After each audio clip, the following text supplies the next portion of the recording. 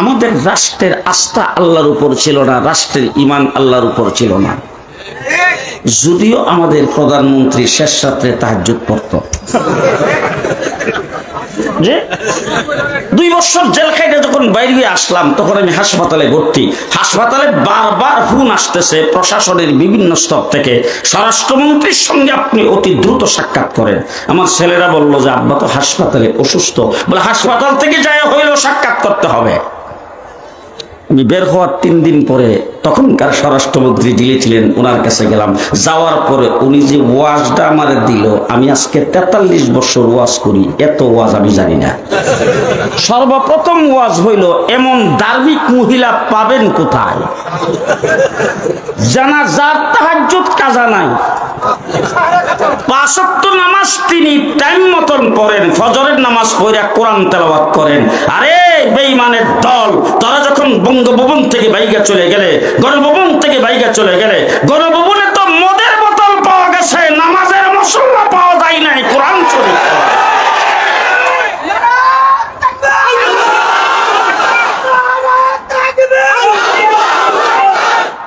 আমার বন্ধুগণ কথা কথাই বলতো খেলা হবে। আমি এখন জিজ্ঞেস করতে চাই, আপনারা আমাকে আমি জেলে যাওয়ার আগেও দেখছেন, জেলে যাওয়ার পরেও দেখছেন, দেখেন নাই? জেলে যাওয়ার আগে গলার সুর আওয়াজ যেরকম ছিল, জেল থেকে বের হওয়ার পরে কমছে নাগের মতোই। তাহলে 15টা বছর পর্যন্ত আমরা খেলার মাঠে ছিলাম, তোমরা আমাদের উপর নির্যাতন করেছো। আজকে পুলিশ বাহিনী তোমাদের সাথে নাই, পুলিশের অস্ত্র নাই, আজকে গেলা কোথায়? আসো দেখি মাঠে খেলা হবে। কত গানে আমরা খেলার জন্য প্রস্তুত। 15 বছর তোমাদের সাথে খেললেই কিন্তু এই দেশে থাকছি। শাপলা চত্বরের খেলা আমরাই করেছি, 2021 সালে খেলা আমরাই করেছি, 2024-এ চূড়ান্ত ফাইনাল খেলা হয়েছে। আজকে তোমরা কোথায় গেলা? কথা কথাই বলতা পালাবো না, পালাবো না, এখন গেছেন কোথায়? 1.5 মাস রিমান্ডে ছিলাম, দৈনিক না হইলেও 50 বার আমাকে গালি দিত পাকিস্তানি রাজাকার। যত টিম আমাকে জিজ্ঞাসাবাদ করছে, জিজ্ঞাসাবাদের প্রথম শব্দটা ছিল পাকিস্তানি রাজাকার, রাজাকারের দল, তারা পাকিস্তানের, তারা বাংলাদেশের শত্রু, দেশের স্বাধীনতা বিরোধী। এই কথাগুলি বইলে আমাদেরকে গালি দিত। আমি আমেরিকা গিয়েছি, কানাডা গিয়েছি, ইউরোপ গিয়েছি, ইংল্যান্ড গিয়েছি, গোটা পশ্চিমা দুনিয়া আমি ঘোরাফেরা করেছি, মিডল ইস্টের প্রত্যেকটা দেশে গেলাম। আজ পর্যন্ত পাকিস্তান কোনোদিন যাই নাই, পাকিস্তানের কোনো ভিসা আমার পাসপোর্টে নাই, পাকিস্তান যাইতে পারবো কিনা কোনোদিন সেটাও সন্দেহ। তার কারণ হলো আমার বাংলাদেশের বর্ডারের সাথে অ্যাটাচড কোনো বর্ডার পাকিস্তানের নাই। তোমরা আমাদেরকে পাকিস্তানি রাজাকার বলে গালি দিয়েছ। আজকে তোমাদেরকে জিজ্ঞেস করতে চাই, তোমরা গেলা কোথায়? আমাদেরকে যারা পাকিস্তানি রাজাকার বলেছো, ভালো করে শুনে রাখো, আমরা পাকিস্তানি রাজাকার নই, আমরা স্বাধীনতা বিরোধী নই, আমরা পাকিস্তানির বংশের নই। তোমরা যারা আজকে ভারতে পালিয়ে গিয়েছো, তোমাদেরকে পরিষ্কার ভাষায় বলবো, তোমরা ভারতীয় রাজাকার, তোমরা ভারতীয় রাজাকার।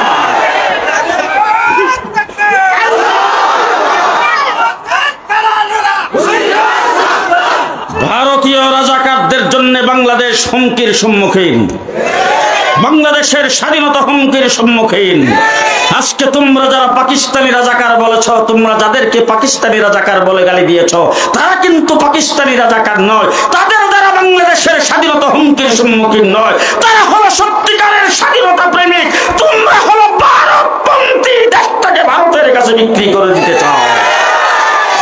সুতরাং আমার ভাইরা, আমি যে কথা আজকে আপনাদের সামনে বলতে চাই, আমাদের রাষ্ট্রীয়ভাবে, আমাদের ব্যক্তিগতভাবে, পারিবারিকভাবে, সামাজিকভাবে আস্থা এবং ভরসা থাকবে কার উপর? ডাইনিভাবে তাকিয়ে দেখবেন, কেউ যদি কথা না বলে মনে করবেন হে দলের লোক। আস্থা এবং ভরসা কার উপর? বিশ্বাস থাকবে কার উপর? আজকে অন্তর্বর্তীকালীন সরকারকে বলতে চাই, যে কথাটা বলার জন্য আজকে আপনাদের সামনে কথাটা উল্লেখ করেছি, অন্তর্বর্তীকালীন সরকার আমাদের রক্তের উপর দাঁড়ায় তিনি সরকারে বসেছেন, আমরাই তাকে বসাইছি। 15 বছর পর্যন্ত নির্যাতনের স্টিম রোলার চলছে। বিএনপি নির্যাতিত হয়েছে, জাতীয় পার্টি জামাত নির্যাতিত হয়েছে, অপরাপর যত বিরোধী দলের যত মানুষ যত জায়গায় নির্যাতিত হয়েছে, সমস্ত নির্যাতনকে একত্রিত করলে এক রাত্রের সব সমান হবে না। শাপলা চত্বরে এক সাগর রক্ত আমরা দিয়েছি, সেই রক্তের উপর দাঁড়ায় আপনারা ক্ষমতায় গেছেন, আমরা পদে পদে আপনাদেরকে সহযোগিতা করে আসছি। পুলিশ বাহিনী যখন কাজে যোগদান করবে না, কাজ থেকে যখন তারা অব্যাহতি দিয়েছেন, তখন বাংলাদেশকে পাহারাদারি আমরা করেছি। রাস্তায় যখন কোনো ট্রাফিক নাই, ট্রাফিকের কাজ আমরা করেছি। বিচারপতিদের মাধ্যমে যখন কু করতে চেয়েছে, হাইকোর্ট ঘেরাও করে আমরা আপনাদের পাহারাদারি করেছি। যখন আনসারদেরকে দিয়ে সচিবালয় ঘেরাও করে সেখানে যখন বিপ্লব ঘটাইতে চাইছে, আমরা নস্যাৎ করে দিয়েছি। পদে পদে আপনাদেরকে সাহায্য করব। তবে সংবিধান প্রণয়নের জন্য যে কমিশন গঠন করা হয়েছে, সেই কমিশনে আলেমদেরকে রাখতে হবে, আল্লাহর উপর আস্থা ও বিশ্বাস স্থাপন করতে হবে। রাজি থাকলে হাত তুলে দেখান।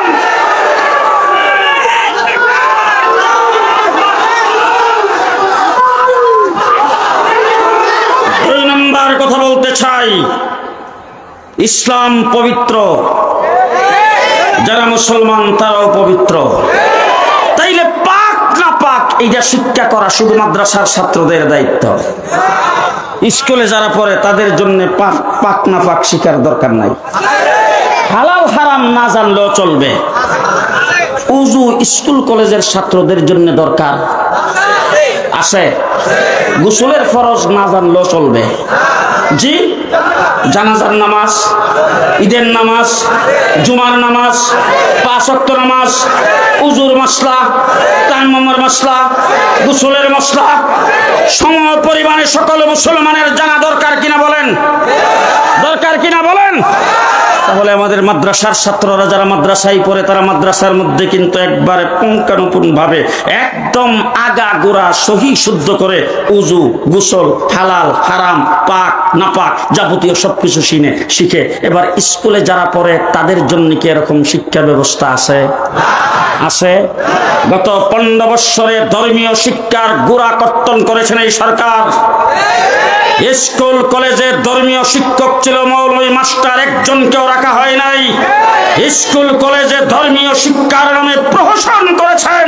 কুদরতে খুদা শিক্ষা কারিকুলাম কায়েম করে এই দেশের মানুষকে নাস্তিকার মুক্তাদ বানাইবার ফিকির করেছেন। সমকামিতাকে বৈধতা দেওয়ার শিক্ষা চালু করেছেন। শরীফ থেকে শরীফার শিক্ষা চালু করেছেন। ইসলামী শিক্ষাকে এই দেশ থেকে উৎখাত করে দেশটাকে নাস্তিকতাবাদে পরিপূর্ণ করার পাই তারা শুরু করে দিয়েছিলেন, যার ফলে কোনো ধর্মীয় শিক্ষক রাখা হয় নাই, ধর্ম শিক্ষার কোনো পরীক্ষাও রাখা হয় নাই। আজকে সংস্কার করবেন, সংস্কার করার জন্য সময় চাচ্ছেন। আমাদের অন্তর্বর্তীকালীন সরকারের মাননীয় প্রধান উপদেষ্টা তিনি বক্তব্যে বলেছেন সময় লাগবে, সংস্কার হবে, তারপরে এমন একটা দেশ গঠন করতে চাই নির্ভেজাল হবে, সামনে যেন এরকম কেউ জগদ্দল পাথরের মতো ক্ষমতায় বসে থাকতে না পারে, দেশের মানুষ যেন শান্তিতে বসবাস করতে পারে। প্রত্যেকটা সেক্টরে সংস্কার করবেন। তাইলে পরিষ্কার বলতে চাই, সংস্কার করার জন্য শিক্ষা কমিশন গঠন করেছেন। আপনি তো শিক্ষা কমিশনে একজন আলেম রাখলেন না 92-93% মুসলমানের দেশে। আজকে আমরা যখন প্রতিবাদ করেছি তখন শুনেছি শিক্ষা কমিশনকে বাতিল করা হয়েছে, ধন্যবাদ জানাই। তবে বর্তমানে যে শিক্ষা কমিশন গঠন করতে যাচ্ছেন, সেই শিক্ষা কমিশনে অন্তত কমপক্ষে 2 জন বিজ্ঞ আলেমকে শিক্ষা কমিশনে রাখতে হবে। যদি সমর্থন করেন হাত তুলে দেখান।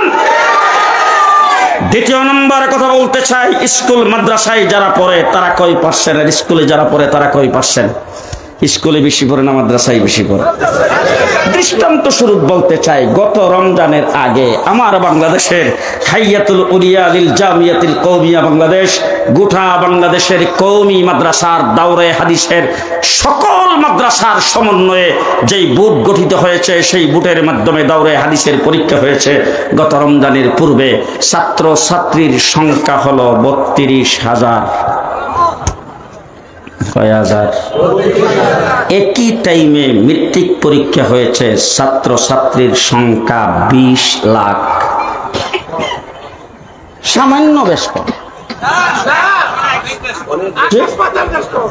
তাহলে এবার জিজ্ঞেস করতে চাই, 20 লাখ যারা মেট্রিক পরীক্ষা দিয়েছেন তাদের জন্য কি হালাল হারাম জানা দরকার নাই?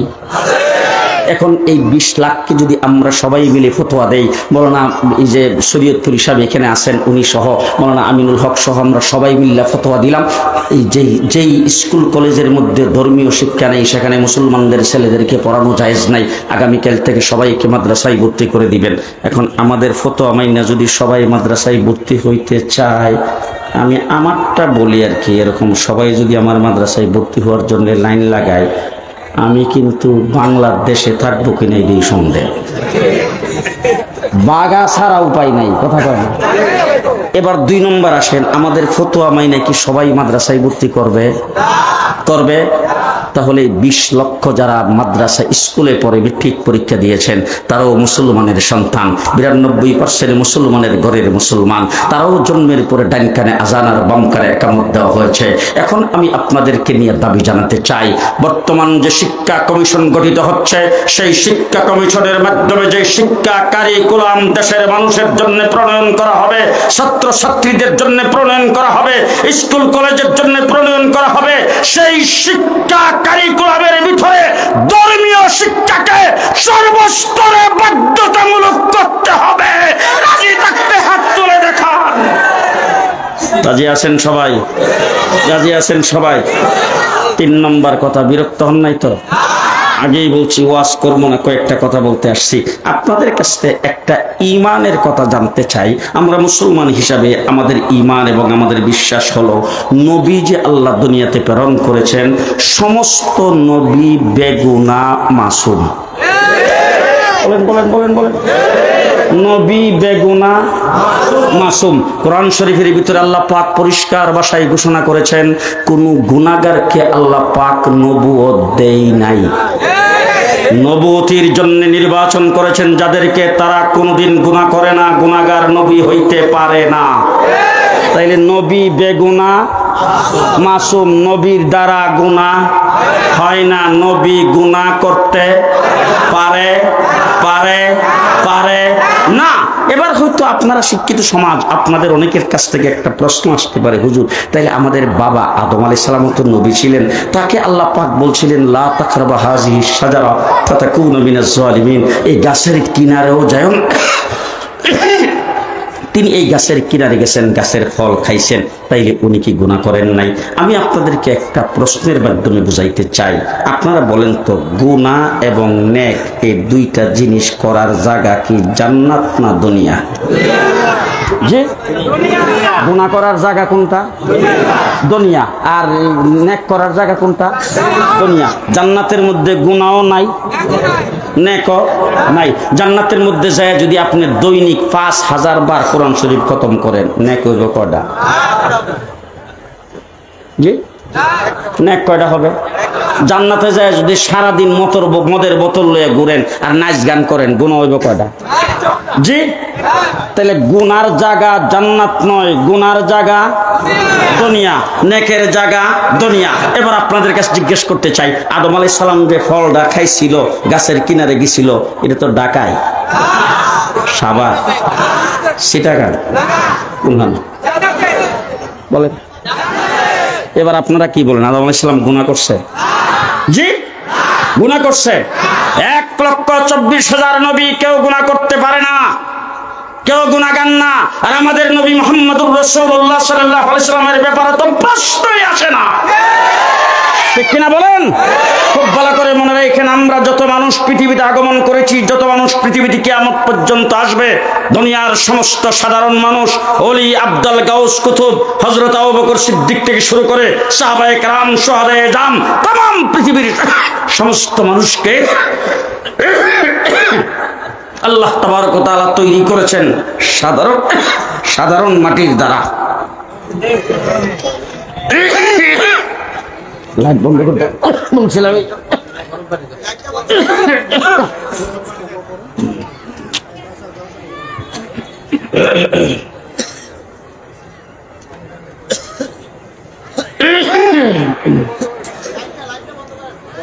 পানি কই?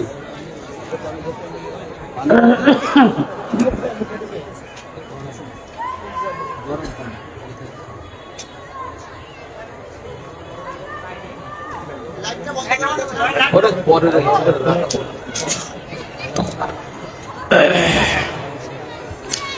দুনিয়ার সমস্ত মানুষকে আল্লাহ পাক বানাইছেন দুনিয়ার সাধারণ মাটির দ্বারা, নবীকে আল্লাহ বানাইছেন জান্নাতের মাটির দ্বারা। নবী কোন মাটির তৈরি?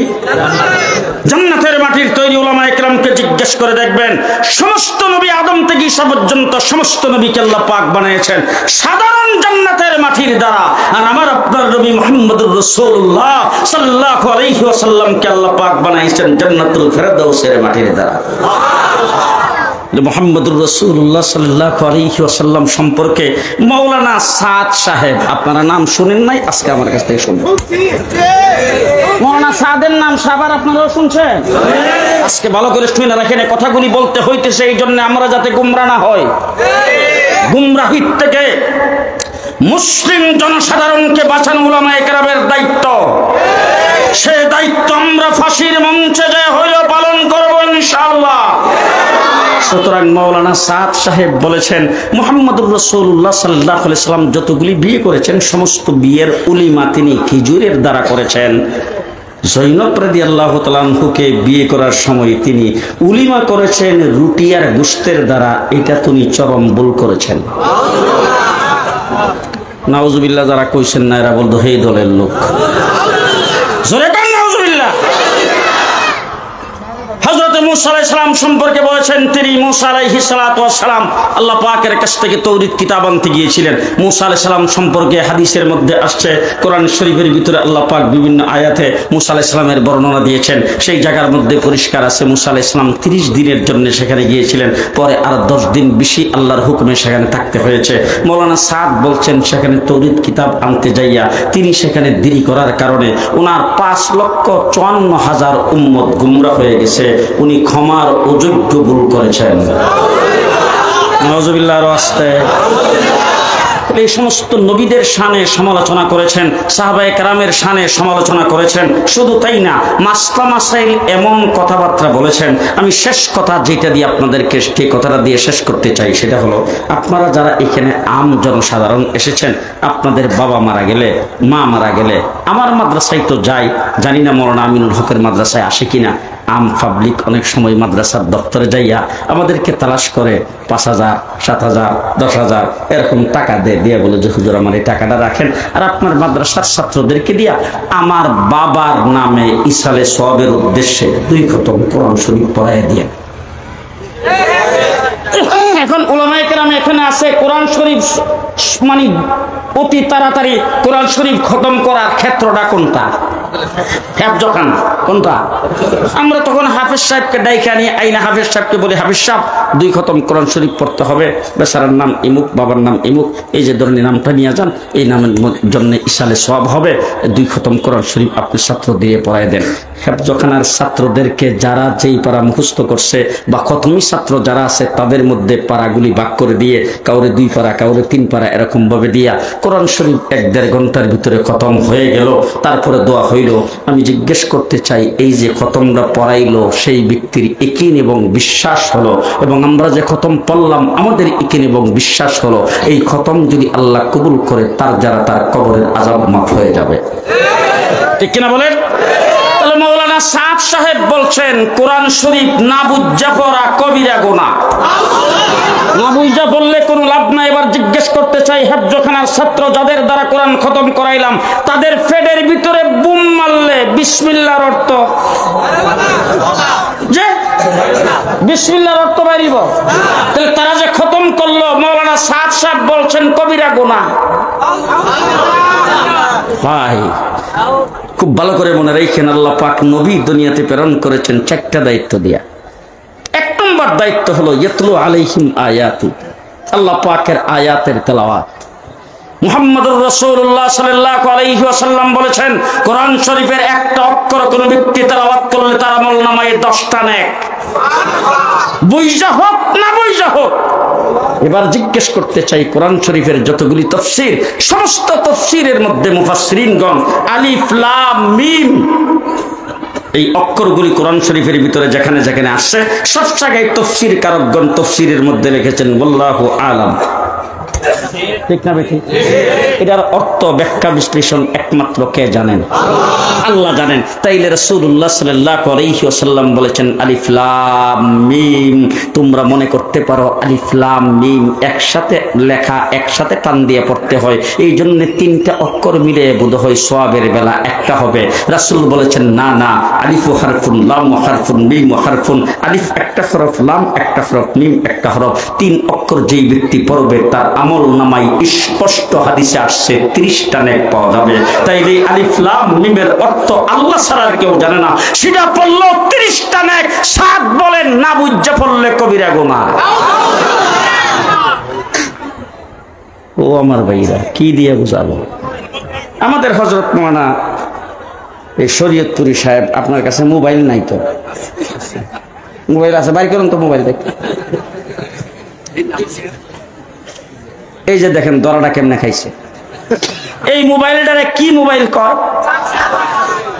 Touch mobile. উনার পকেটে আছে। এখন উনি যদি নামাজ পড়েন তাইলে উনার মোবাইলটা বোধহয় উনি গাড়িতে থুয়ে যাবেন না।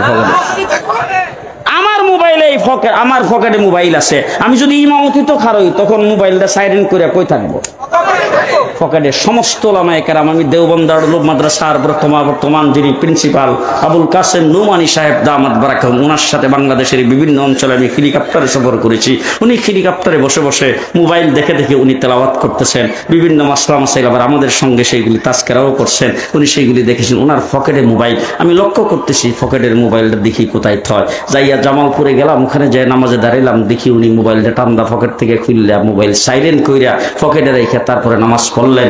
এখন দেওবন্দ মাদ্রাসার প্রিন্সিপাল শাইখুল হাদিস, উনি মোবাইল টাচওয়ালা মোবাইল পকেটে রেখে তিনি নামাজ পড়েন। আর মাওলানা সাদ বলছেন মোবাইল ক্যামেরাওয়ালা মোবাইল পকেটে রেখে যদি কোনো ব্যক্তি নামাজ পড়ে তার নামাজ হবে না। আজকের থেকে 2017 সালে আল্লামা আহমদ শফি রহমাতুল্লাহ আলাইহির নেতৃত্বে বাংলাদেশের সমস্ত উলামায়ে কেরাম ঐক্যবদ্ধ হয়ে দেওবন্দ দারুল উলুম মাদ্রাসার ফতোয়াকে সামনে রেখে সমস্ত উলামায়ে কেরাম সিদ্ধান্ত ঘোষণা করেছেন মাওলানা সাদ গুমরাহ, তার অনুসারী যারা তারাও গুমরাহ। সুতরাং আজকে পরিষ্কার ভাষায় সাভারের এই সম্মেলনে ঘোষণা করতে চাই, কোন গুমরা মানুষের তাবলীগ কোন মসজিদে চলতে পারে না। দ্বিতীয় নম্বর, কোন গুমরা মানুষের ইজতেমা টঙ্গীর মাঠে হইতে পারে না। সাদ সাহেবের মতো একজন গুমরা মানুষ বাংলাদেশে ইসলামের নামে ইজতেমার নামে আগমন করতে পারে না। আপনারা কি ব্যাপারে একমত? একমত আছেন সবাই? শেষ কথা আপনাদেরকে বলতে চাই, দ্বীনি কাজের নেতৃত্ব কে দিবে? উলামায়ে কেরাম হলো ইসলামের মুসলমানদের চিকিৎসক। মুসলমানদের দ্বীনি কাজের ডাক্তারকে উলামায়ে কেরাম। ডাক্তারকে উলামায়ে কেরাম। যেমন আপনার নামাজ সহি শুদ্ধ হয়েছে কিনা সেটা জানার জন্য কি আপনি ওসি সাহেবের কাছে যাবেন না মসজিদের ইমামের কাছে যাবেন? মসজিদের ইমাম সাহেব সিদ্ধান্ত দিবেন। উলামায়ে কেরাম হলো মানুষের রুহের ডাক্তার। উলামায়ে কেরাম হলো মানুষের দেহের ডাক্তার। উলামায়ে কেরাম হলো মানুষের দ্বীনি কাজের ডাক্তার। এবার আপনাদের জিজ্ঞেস করতে চাই, আপনাদের এই সাভার যে হাসপাতালগুলো, এই হাসপাতালগুলোতে নার্স আছে না? একটা হাসপাতাল দুইটা দুইটা গ্রুপের দ্বারা চলে। একটা গ্রুপের নাম হলো ডাক্তার, আরেকটা গ্রুপের নাম হলো নার্স। নার্সের দায়িত্ব আর ডাক্তারের দায়িত্ব আলাদা আলাদা, খুব ভালো করে বুঝবেন। ডাক্তারের দায়িত্ব হলো সর্বপ্রথম রোগী দেখা, রোগী দেখা রোগ নির্ণয় করা, রোগ নির্ণয় করে সেই রোগ অনুযায়ী ঔষধ সিলেকশন করা, ঔষধ সিলেকশন করার পরে সেটার মাধ্যমে প্রেসক্রিপশন করা। ঠিক না ঠিক? নার্সের দায়িত্ব হলো ডাক্তারের দেওয়া প্রেসক্রিপশন অনুযায়ী রোগীর সেবা দেওয়া। কথা কি আপনারা ঠিক আছে কিনা?